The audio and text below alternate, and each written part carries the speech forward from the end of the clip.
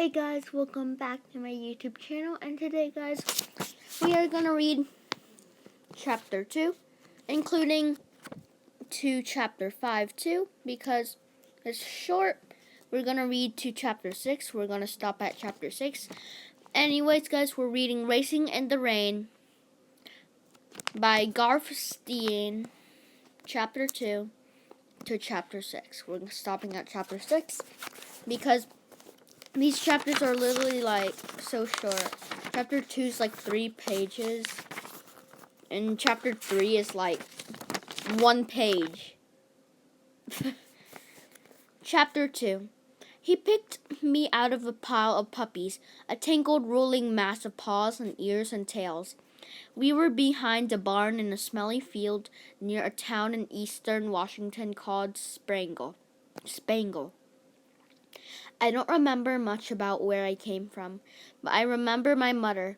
She was a big Labrador who would walk slowly across the yard as littermates and chased after her. Guess Enzo isn't a golden retriever, but on the cover he looks like one.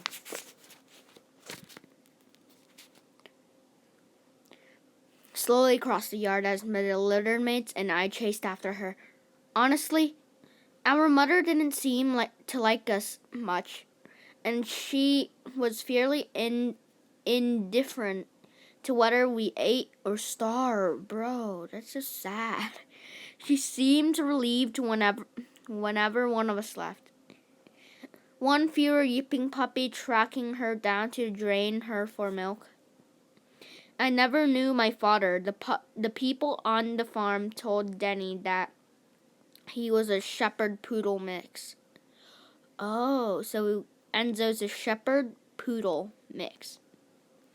But I don't believe it. I never saw a dog that looked like that on the farm.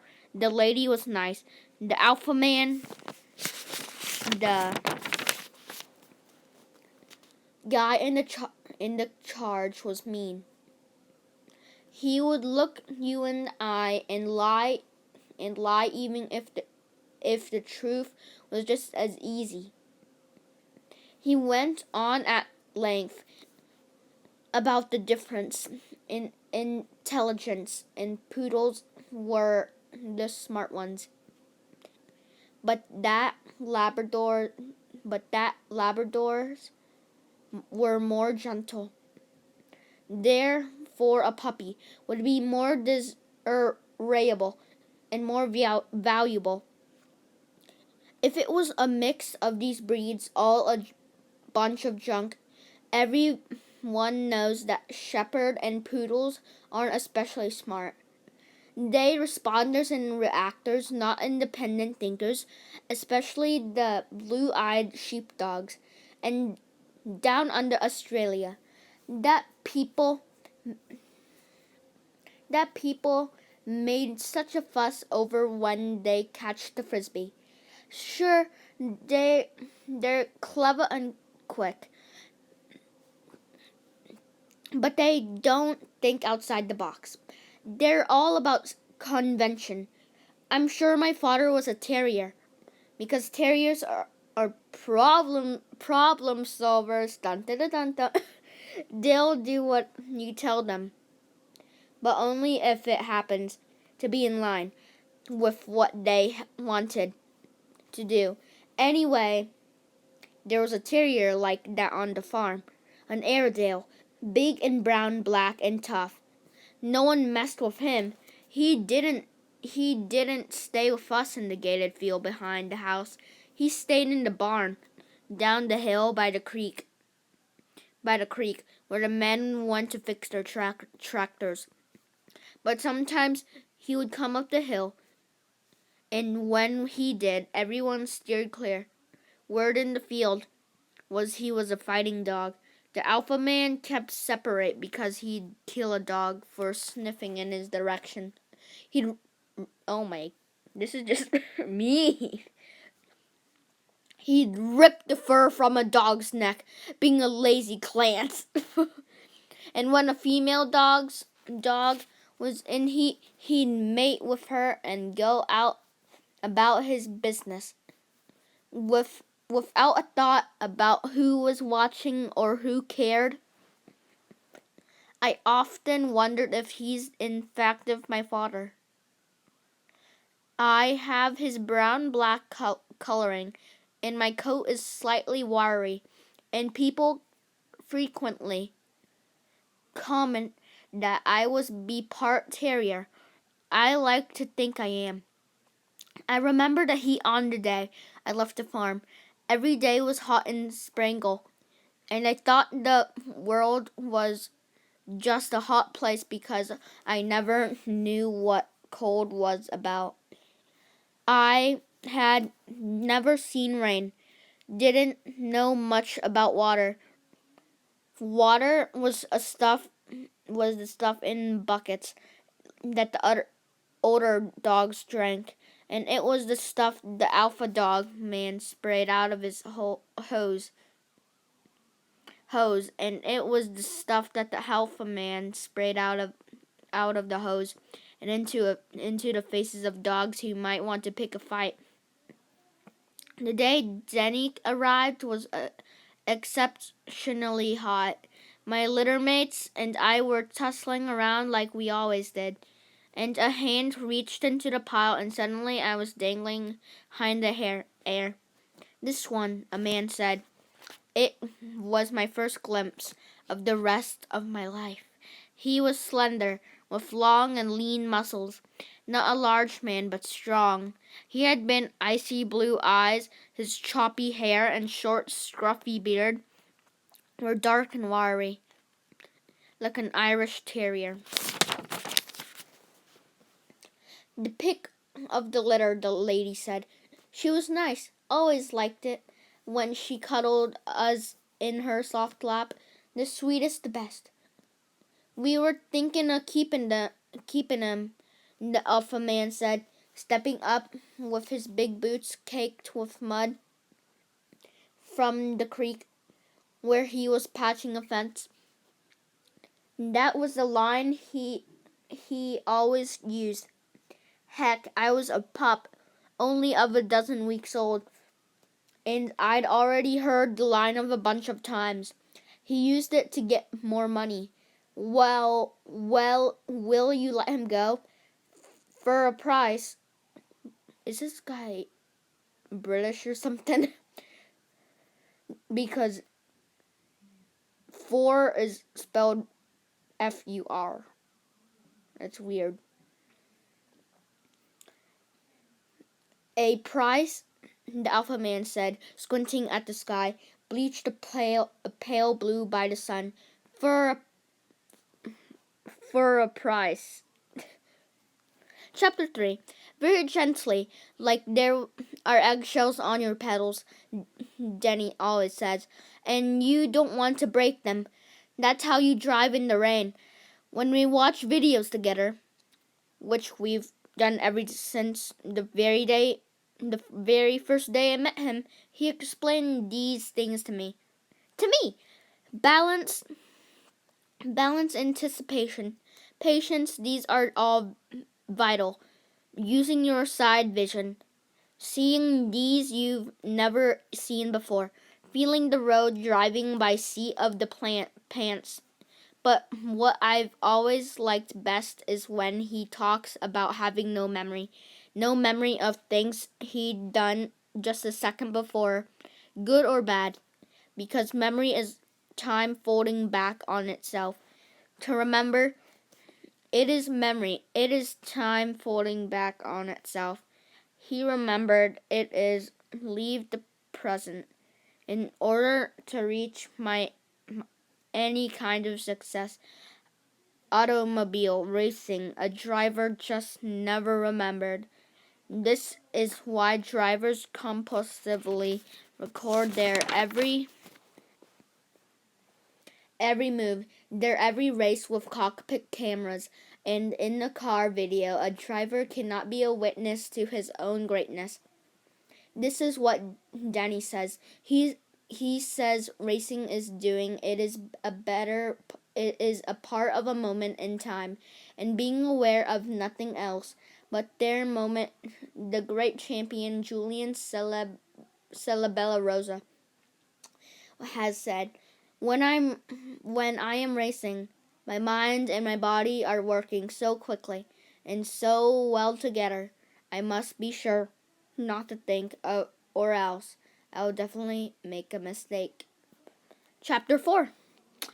Denny moved me far from the farm, far from the farm in Sprangle, far from the farm in Sprangle, into a Seattle neighborhood called Lasichi. He lived in a little apartment he rented on Lake Washington. I didn't enjoy apartment living much, as I was used to wide open spaces, and I was very much a puppy. Still, he had a balcony that overlooked the lake, which gave me pleasure since I am part water dog on my mother's side. I grew quickly, and during the first year, Denny and I forged a deep fondness for each other, as well as feeling of trust. Which is why I was surprised when he fell in love with Eve so quickly. He brought her home, and she was sweet smelling, like him, full of fermented drinks that made them both act funny.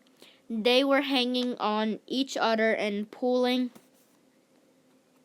at each other, tugging and biting playfully, and biting playfully. It kind of reminded me of the way I used to wrestle with my litter mates. Only different somehow. When he went to the bathroom, she patted my head, which hovered low to the floor.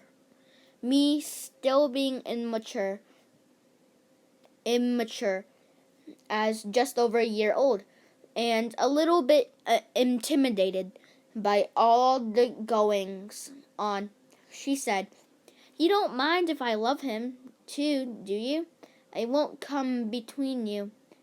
I respected her for asking, but I knew that she would come between us, and I found her denial to be untruthful. Dun, dun, dun. I tried not to act off-putting because I knew how much Denny liked her. But I have to admit that I didn't embrace her presence, and because of that, she was less than embarrassing of me. We were both satellites orbiting Denny's sun, struggling for affection. Of course, she had the advantage of her tongue and her thumbs, and when I watched her kiss and hold his hand sometimes, she would glance at me and wink, as if to gloat. "Look at my thumbs, see what they can do." Chapter 5. Monkeys have thumbs, practically the dumbest species on the planet.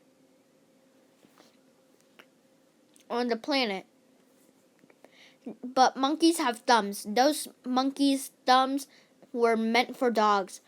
"Give me my thumbs, you darn monkey." You dang monkeys. I watch too much TV. When Denny goes away in the mornings, he turns it on for me, and it's become a habit. He warns me not to watch all day, but I do. Fortunately, he knows I love cars, so he lets me watch a lot of Speed Channel. The classic races are the best, and I especially like Formula 1. Sorry guys if I said, and I did not know I was going to say that. Sorry. Sometimes if I'm watching the History Channel or the Discovery Channel, I learn about other cultures and other ways of life. Then I start thinking about my own place in the world, and what makes sense and that what doesn't. The scientists go on and on about how monkeys are the closest evolutionary relative of people, but there's speculation based on what? Based on the fact that certain ancient skulls have been found to dissimilar to modern man's. What does that prove? So, what if man's body evolved from the monkeys? Whatever he came from, the monkeys or fish is unimportant.